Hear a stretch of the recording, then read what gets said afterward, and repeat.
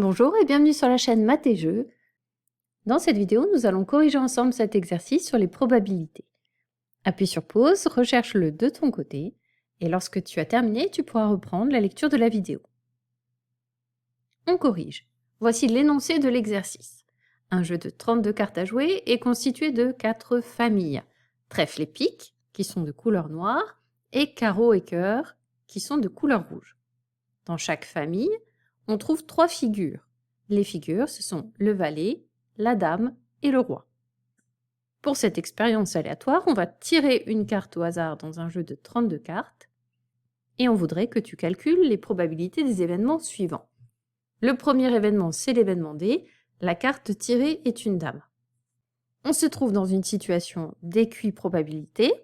On va donc utiliser la formule du cours pour calculer la probabilité de l'événement D.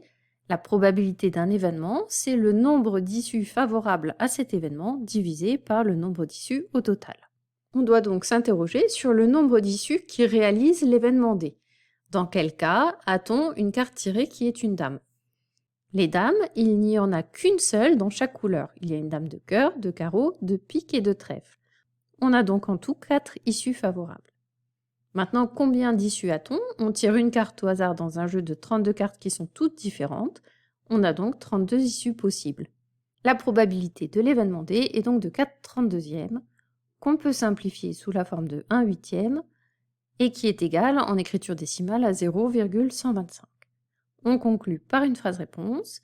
La probabilité de l'événement D est 0,125.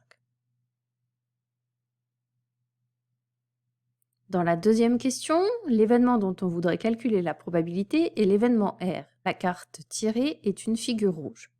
Une figure, on nous le rappelle dans l'énoncé, c'est soit le valet, soit la dame, soit le roi. Et il y a 2 couleurs rouges, il y a le cœur et le carreau. Donc on peut avoir 3 figures de carreau ou 3 figures de cœur. On a donc en tout 6 issues qui réalisent cet événement. Le nombre d'issues possibles est toujours égal à 32. La probabilité de l'événement R est donc de 6/32e, qui est égal aussi à 3/16e, et qu'on peut réécrire sous la forme de 0,1875 en écriture décimale. On conclut par une phrase réponse. La probabilité de l'événement R est égale par exemple à 3/16e. Et enfin, dans la dernière question, on s'intéresse à l'événement N. La carte tirée n'est pas une figure rouge. Tout de suite, ça doit nous interpeller, c'est l'événement contraire à l'événement R. On vient juste de calculer la probabilité de l'événement R. Et on sait dans notre cours que la probabilité d'un événement contraire, c'est 1 moins la probabilité de l'événement.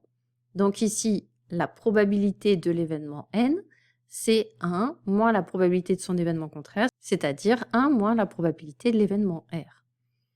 La probabilité de l'événement R, on vient tout juste de la calculer, c'est 3/16e. On doit donc calculer 1 moins 3/16e. 1, on va le réécrire sous la forme 16/16e.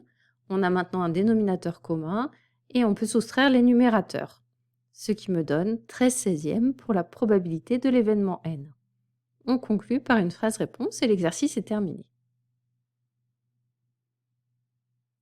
C'est la fin de la correction de cet exercice. Merci de l'avoir suivi et à bientôt pour une prochaine vidéo.